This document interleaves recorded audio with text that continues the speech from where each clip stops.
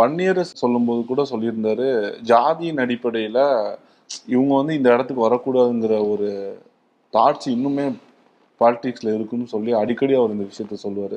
But ஆனா அந்த விஷயம் சினிமால இல்லைங்கிறத ஒரு நம்பிக்கையை எடுத்துக்கலாமா? இன்னைக்கு வந்து சயின்ஸ் சோசியல் மீடியா வளர்ந்ததுக்கு அப்புறம் நீங்க இண்டிவிஜுவல் மீடியாவா ஆயிட்டீங்க. நீங்க யார் வேணாலும் மீடியா தான். நீங்க உங்களோட திறமையை எப்படி வேணாலும் காட்டிக்க முடியும். பட் எல்லா மனுஷனும் தன் திறமையை காட்டிக்கிறதுக்கான சோர்ஸ் வந்துடுச்சு அப்படிங்கனாலேயே எல்லாம் ஒளிஞ்சிட்டுன்னு அர்த்தம் கிடையாது. அவன் இன்னொரு மனுஷன் எப்படி நடத்துறான் அப்படிங்கிறதா முக்கியம். நீ ஜெயிக்கிற ஒவ்வொருத்தரும் தான் இன்னொரு சக மனுஷனை எப்படி நேசிக்கிறான், சக மனுஷன் எப்படி நடத்துறான் அப்படிங்கிறதா முக்கியம். இந்த உலகத்துல அத்தனை மனிதர்களும் ஜெயிச்சாலும் அந்த எல்லாத்தையும் காசு வந்துடுச்சு, எல்லாரும் ஜெயிச்சிருக்காங்க, எல்லாத்தையும் கார் வந்துடுச்சு, எல்லாத்தையும் பணம் புகழ் வந்துச்சு வச்சுக்கோங்களேன், என்ன பண்ணுவாங்க நினைக்கிறீங்க? எங்களுக்கு எல்லாத்துக்கும் சொத்து மதிப்பு இங்க தமிழ்நாட்டை எடுத்துக்கோங்க. தமிழ்நாட்டுல எல்லார்கிட்டையுமே நல்ல பங்களா, நல்ல காரு, ஒரு பெரிய ரிச்சான லைஃப் வந்துடுச்சு. தமிழ்நாடு எப்படி இருக்கும் சொல்லுங்களேன்? எல்லாம் மாறிடுமா நினைக்கிறீங்களா?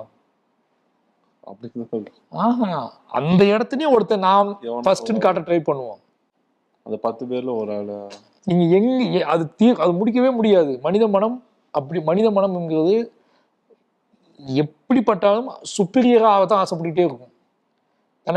தனக்கு கீழே 10 பேர் இல்லைன்னா அந்த மனித மனம் சந்தோஷப்படவே படாது.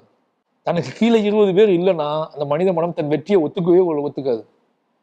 தன்னை பார்த்து ஒரு 50 பேர் எந்திக்கலன்னா அந்த மனித மனம் தான் வெற்றி அடைஞ்சவனாலும் ஏத்துக்காது. தன்னை பார்த்து ஒரு 1000 பேர் அப்படியே எந்திரிச்சு நிற்கணும் அவனுக்கு.